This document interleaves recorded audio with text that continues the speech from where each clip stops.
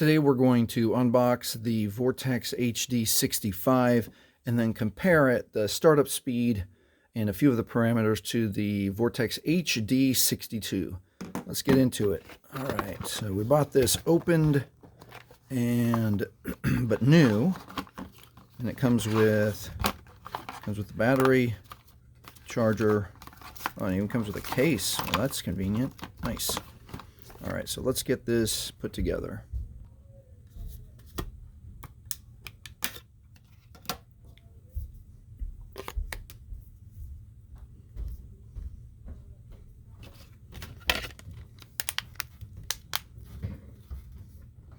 All right, let's get the screen protector off. Looks like it's already been off.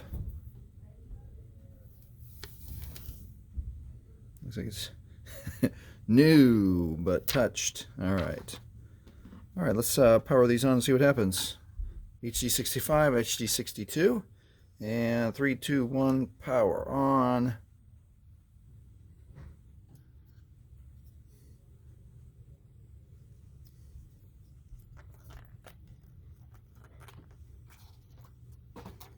So the HD65 boasts 6.5-inch display, which is slightly bigger than the 62.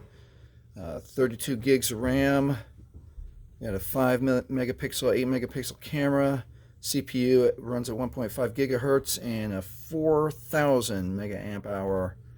And its battery, and it's powered by Android 13. And so far, which is my criticism of the HD62, these things take forever to power on. But for a budget phone, I mean, this one used, oh, there it goes. And I've already put the screensaver on here. I'll teach you how to put the screensaver on this one if you want to see also. And let's get these unlocked.